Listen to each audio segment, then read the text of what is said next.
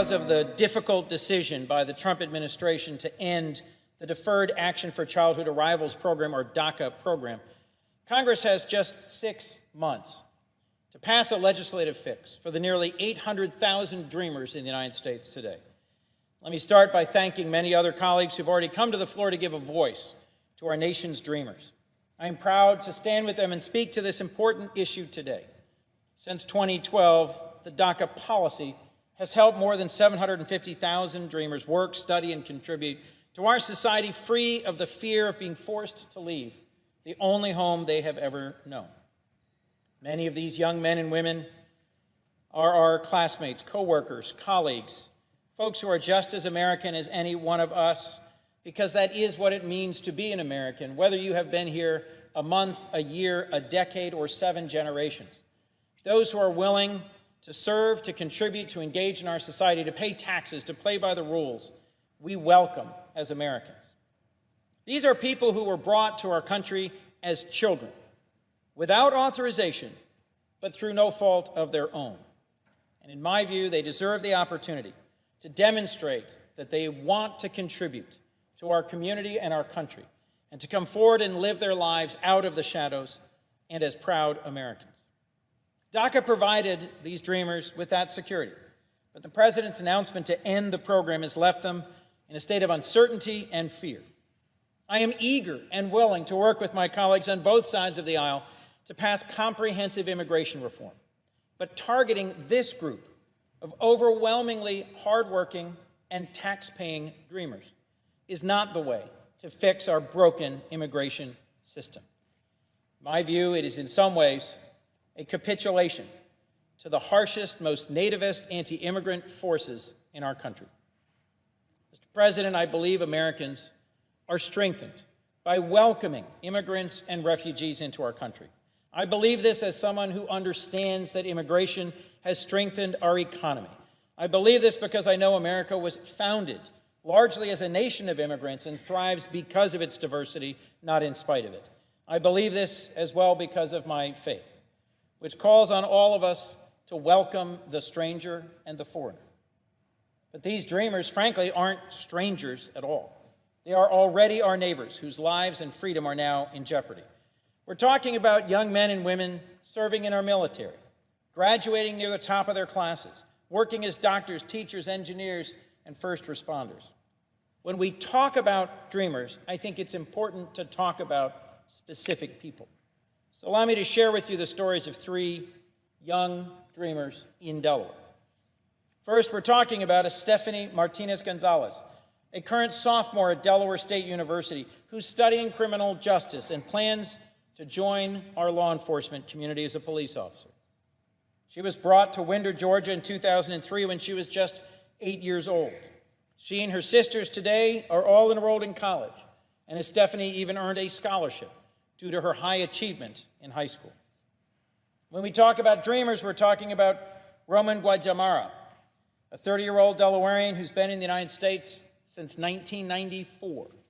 A young soccer star who was being scouted for collegiate scholarships while in high school, but he never saw college as a possibility for him because he knew he was undocumented. In 2013, taking advantage of the opportunity offered by the previous administration, he stepped forward and enrolled in DACA, was able to obtain a driver's license and take classes at Del Tech College in my home state of Delaware.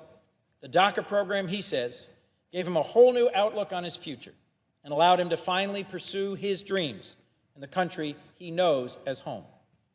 Mr. President, when we talk about dreamers, we're talking about people like Indira Islas, pictured here to my right. Indira came to the United States at 6 years old in 2004 with her parents and 2 younger sisters. Now a college student at Delaware State University, Indira has said, and I quote, "Home to me is Gainesville, Georgia. It always has been and always will be. It is home because I poured out my heart into that town." She's studying in Delaware to become a pediatric oncologist, as her own parents once were, but fears that her family could be torn apart before she's able to fulfill her dream of treating children with cancer. Delaware alone, our small state, one of the smallest of the 50, is home to 1,400 dreamers, just like Stephanie Roman, and Indira. Without them, the United States would lose nearly $90 billion in GDP every single year. Let me say that again. Without the Dreamers, studies suggest that we would lose tens of billions of dollars in American GDP every year. The economic impact would be significant in every state across the nation because of the role that Dreamers have played in our nation's economic, social, and cultural fabric. Now, some states may be more remote and rural and have a smaller population of Dreamers, whereas in others they're very large. But across the country as a whole, it is undeniable they've contributed to our economy. Just listen to the American CEOs who came forward last week to voice their support for finding some legal path forward for these Dreamers. From the Koch brothers to Mark Zuckerberg, U.S. business leaders respect and appreciate the hard work, the contributions, and the potential of our immigrant brothers and sisters known as Dreamers. And it's not just their economic contributions that moves me to speak this morning. Dreamers also help keep us safe. That's because approximately 900 men and women in the United States Armed Forces are able to participate in serving our nation because of the DACA program. Most of these individuals applied for the Military Accessions Vital to the National Interest, or MAVNI pilot program, which selects immigrants who possess vital skills for our national security to serve in the military. These very individuals include physicians, nurses, and those with skills in critical Middle Eastern and Asian languages, like Arabic and Chinese. They are vital to the success of the U.S. military and to our national security.